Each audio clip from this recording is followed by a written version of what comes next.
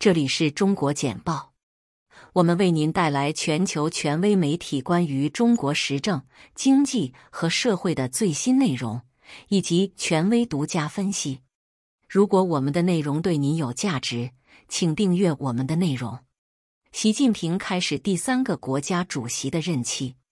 AP 美联社，中国全国人民代表大会一致投票决定重新任命习近平为国家主席，此举授予他第3个任期，并使他终身保持中国最有权势的政治家。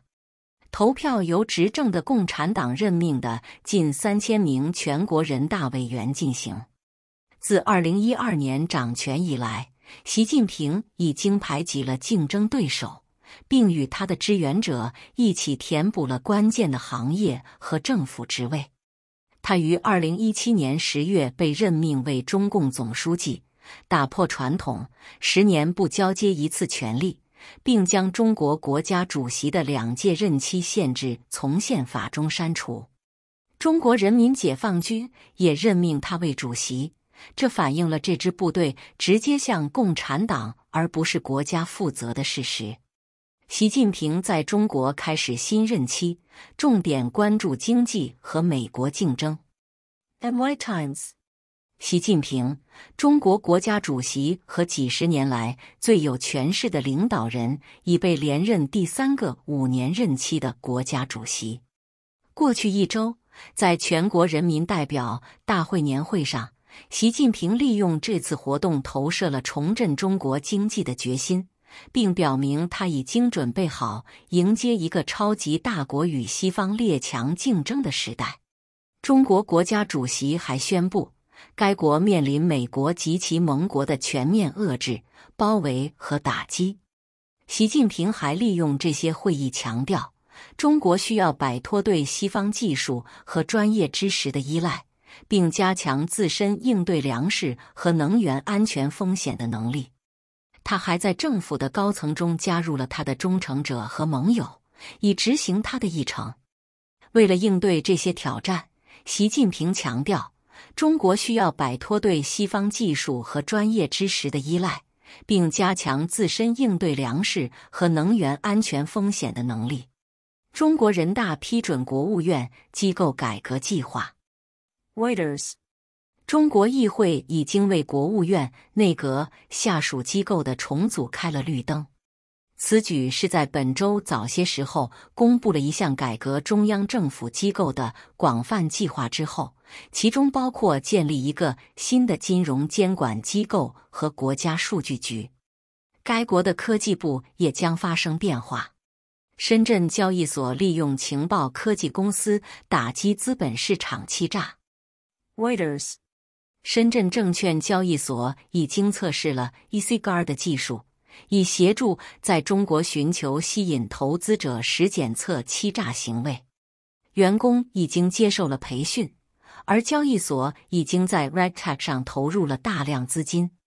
上海交易所总裁上周在议会会议上提议利用大数据和人工智慧打击欺诈行为。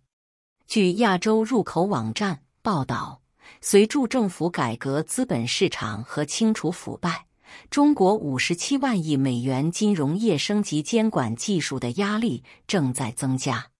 上海证券交易所在2021年将其技术投资增加到16亿元人民币 2.295 亿美元。文章指出，中国正在改革首次公开募股规则，从而加快股票上市。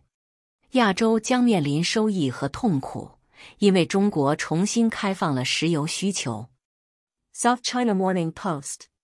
中国全国人民代表大会 NPC 已设定今年的温和增长 5%， 尽管在经济受到严格的 COVID-19 控制影响的情况下，预计会有更高的增长。疲软的前景旨在平衡国家增长并防止通胀上升。虽然一些观察人士指出，这一预测是基于中国仍在重新开放时的估计，但在未来几个月内仍可能受到严峻考验。由于中国从 COVID-19 限制中重新开放，大宗商品市场受到影响，包括铁矿石、铝、锌和铜在内的许多材料本周都经历了价格下跌，因为该国国民议会没有为基础设施和房地产提供预期的提振。在取消 COVID-19 限制后，由于中国的航空和公路旅行激增，石油市场出现了波动。印度和中国正在以折扣价购买俄罗斯石油，中国的需求正在吸收全球供应。根据石油输出国组织欧佩克的数据，全球石油需求将增长 2.3%。这一上升归因于中国放宽了对 COVID-19 的限制，莫斯科计划削减产量。据澳新银行称，由于地缘政治紧张局势，未来几个月俄罗斯供应量可能会减少约100万桶。预计未来几周油价将升至每桶$100，而能源价格预计将进一步上涨，因为中国的进口预计将在今年晚些时候与欧洲竞争。通过中国简报了解全球与中国相关的最新消息、分析和政策简报。我们的团队汇总、综合和总结来自各种来源的最重要信息，包括媒体、智库、政府机构和行业专家。